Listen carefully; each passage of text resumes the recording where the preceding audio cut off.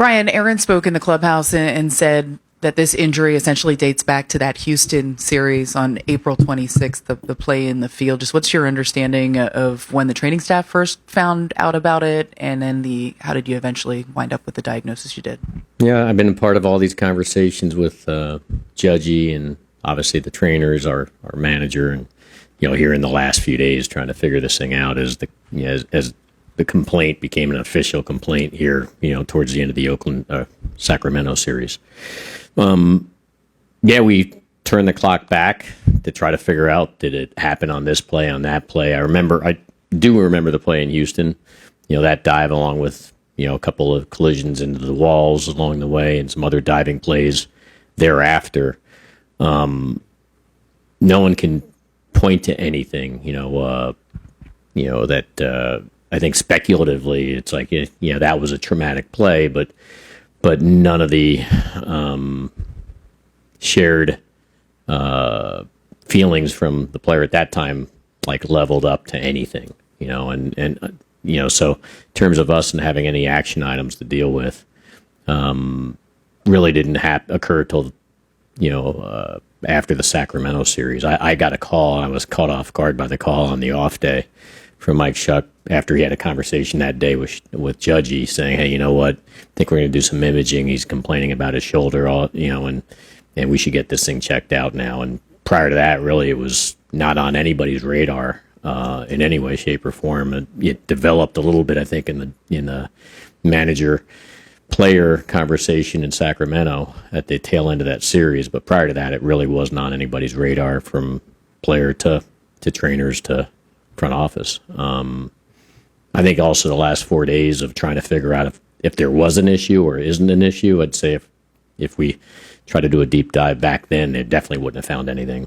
So I think based on the doctor's involvement, based on and I'm talking about the collective doctors, the trainers' involvement, the players' involvement, all this information you put together, all the puzzle pieces add up to it, was probably something that over the course of time led to a stress fracture, a culmination of things rather than one episode of something. So, just in your mind, how do you weather this storm?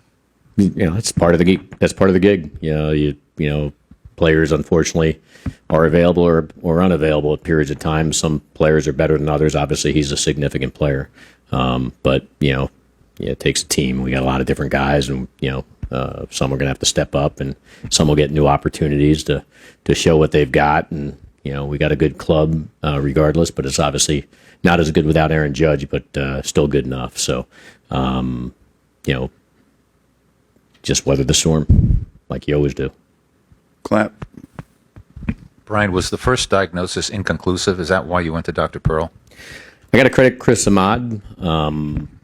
As he's been doing this a long time. He's really, I think, one of the best in the business at this. So, you get the imaging, you get the hands-on involvement with the player. You find out where the complaints were, or where the complaints are. You find out what the image looks like, and his intuition was telling him, to dig even deeper. So he got a party line going, included more people. Obviously, remembering that he had an issue back in 2020, and so he wanted to rule out any correlation or to that injury. Now this is a new injury, but it's in the same area. But I thanked him. I said, hey, I really appreciate you spending all the time on this and getting as many people involved and not letting it go, because the easy thing could have been 4 days ago saying clear to play, symptom free when he's symptom free. But his experience, his knowledge, his abilities led him to believe that there's more to be hunted here, and he kept hunting and hunting until we got a conclusive situation. And I'm sorry, I know it was frustrating for you and our fans, and obviously our manager having to try to face you guys on a pre and post game with information you didn't have yet. But it's when you're dealing with all these experts in the field, they have surgeries during the day, they're not available to look at things till their schedule frees up, so it took a little longer, and we ran them through a car wash of testing, and but it ultimately led us to getting a diagnosis that we're comfortable with. So hopefully it's all in the best interest of our players. But I think Chris treats all of our guys that way. So I'm a big fan of Chris Ahmad. To the left, Brian. Brian, what are your thoughts when you look at this lineup without Aaron Judge? Do you have enough?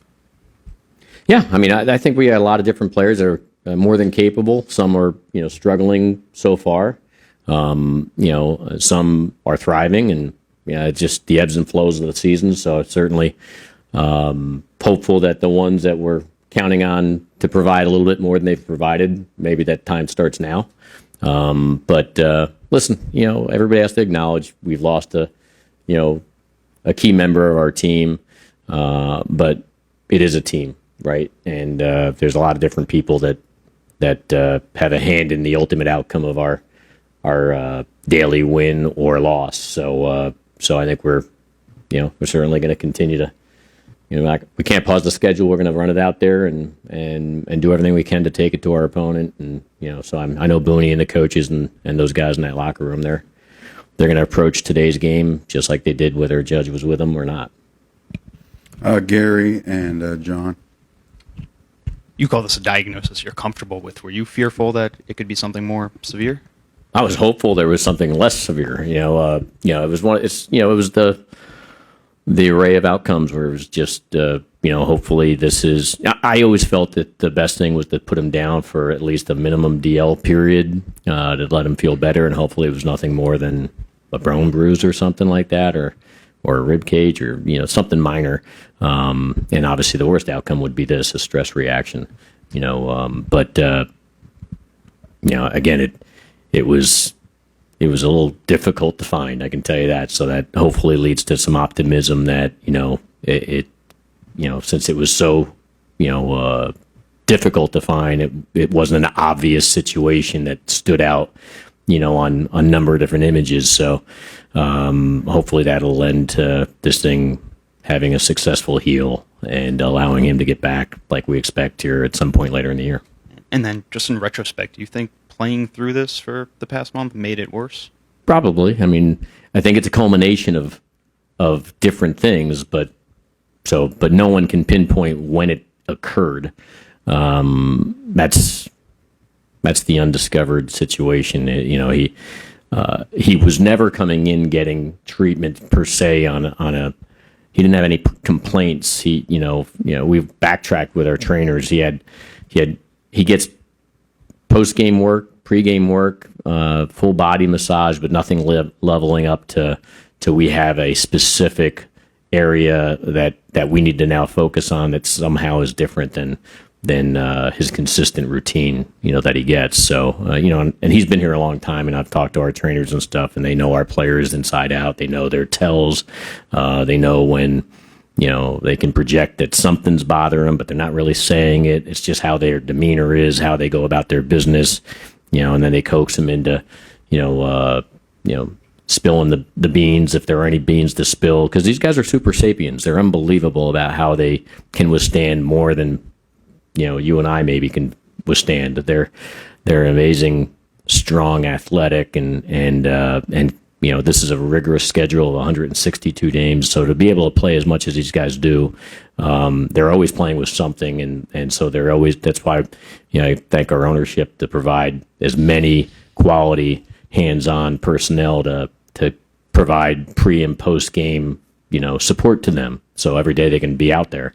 And obviously we'll take them off the field when it's warranted. But, there's a level of information that gets provided, both give and take, by how we can assess them and what they're complaining about and what they're saying. And, and that's absent and different from their typical routines. And so there was nothing that led us to believe. So 2 parts to your question. One, do I think the cumulative effect over the last month, whenever some of these combinations of walls that he collided in and dives that he had all added up to this thing now materializing to the point where he started feeling it enough in Sacramento where he had to kind of raise his hand, or Booney raised his hand and engaged him, and Shucky leads to a call to me on the off day. Something eventually created that atmosphere. Prior to that, I don't think there's anything that anybody could have done, from player to trainer to club to doctor or whatever to, determine that, hey, there's something going on here that's smoldering, that's playing into something worse. But yeah, when you're playing every day and pounding away, and eventually have a stress reaction that takes you offline, I'm sure the combination of trauma, led to something, but we really can't pinpoint when. John, to the right.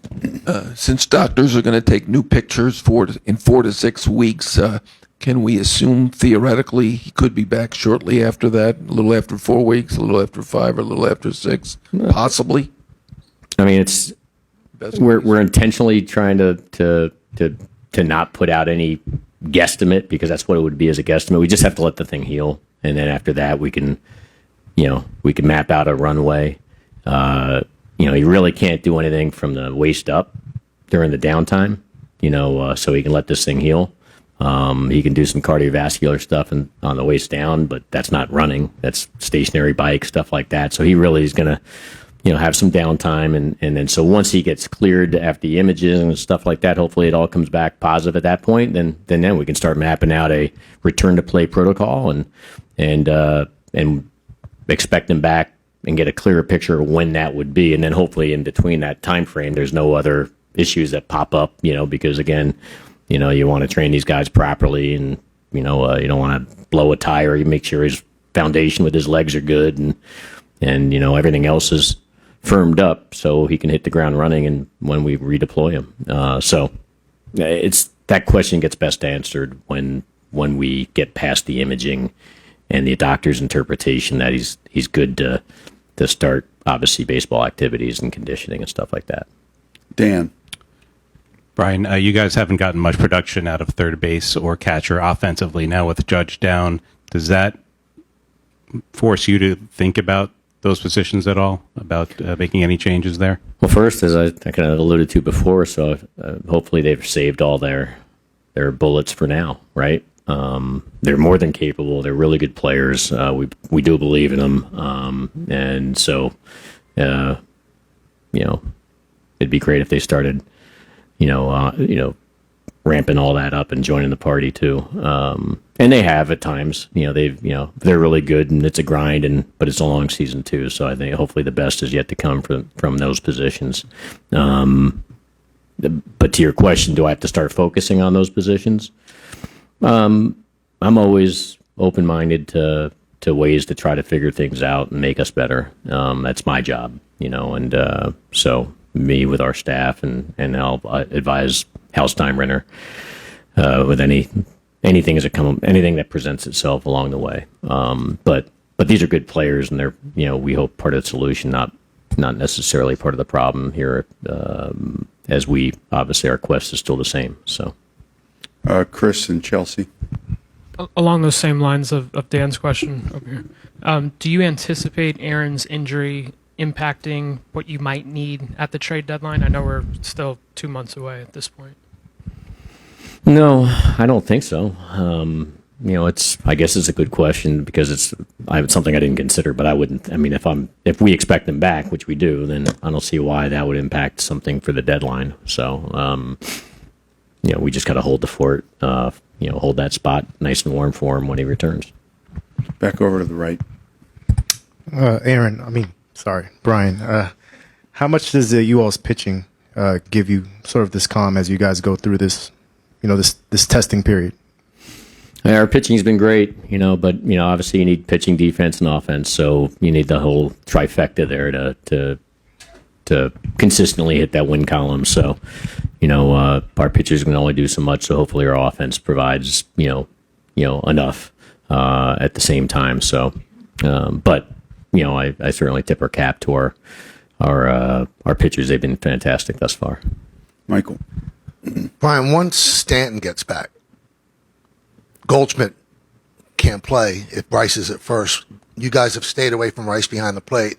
With this injury, if it's lengthy, would you have Rice behind the plate in order to get those three guys in?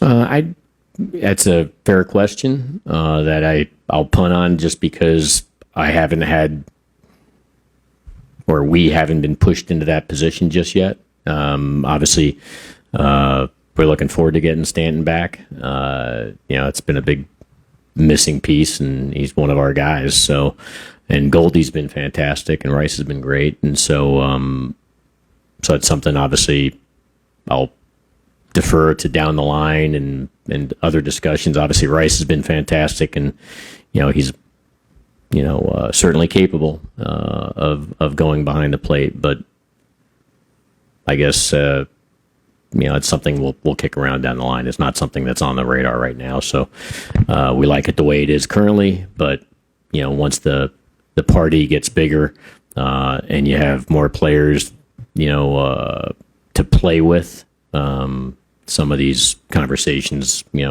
are forced, I guess, to have. And so right now we're not in a position, unfortunately, to have it. But we'll kick it around, I'm sure, down the line. Meredith. You mentioned Stanton. Aaron said that he's not going to go on the road trip. Do you have a clearer picture on when he'll be back? I mean, it's great that he's going through the motions now. And so somewhere, are you talking 2 weeks? Are you talking 3 weeks? Down the line, he's probably legitimately more likely on the radar. So it just, every day now for the most part is important. He's cleared to do obviously a lot, and now he's just building up, and so look forward to hopefully those weeks going quick. So I'd love to get him back in the lineup, but obviously only when he's physically cleared to do so. And I'm glad he's healthy enough now that we can start seeing the tunnel approaching where he can clear. So and we can rejoin the party. He's been missed. With Dominguez, do you expect him to need more than this weekend, and would you feel comfortable putting him in right field? He would definitely need more than this weekend for me, although I haven't had those conversations with others. So today he's only DHing, tomorrow he's off, and then Sunday he'll deploy in the field for the first time. So I would think he's going to need more than just that for the period of time he's missed. Right field, I actually played around at that with our staff. And the field staff down here, Booney was asking me also some questions about it. And, I think he's only played once in his player development career. So we're kicking that around, but uncertain. The way I kind of left it was, I was talking to Booney about it. I was like, first and foremost, let's have a conversation from the field staff side with the player. What's his comfort level? Where is he the most comfortable? Maybe right field's very uncomfortable, but I doubt a rehab assignment, even if we put him out in right field for a period of time in that week, for instance, is gonna, close the gap enough, so to speak. But doesn't mean we won't try it, won't do it. It's something that's being discussed. I'll put it that way. But obviously, left and center is something that he's clearly comfortable doing. Right field is a little bit different right now because he hasn't done it before. So it's a conversation at least. Brendan, to the right. I get that he's dealing with a lower body injury and you have to be careful with Giancarlo, but would you want him to get to a point where he could play any right field considering Aaron? I mean, it's always a great option if it's possible. So, but first things first, let's try to get him back, as soon as we possibly can. And then, once he's consistently back, then if that is an option for short spurts and stuff, then it would be considered. But I don't know if it would be or not.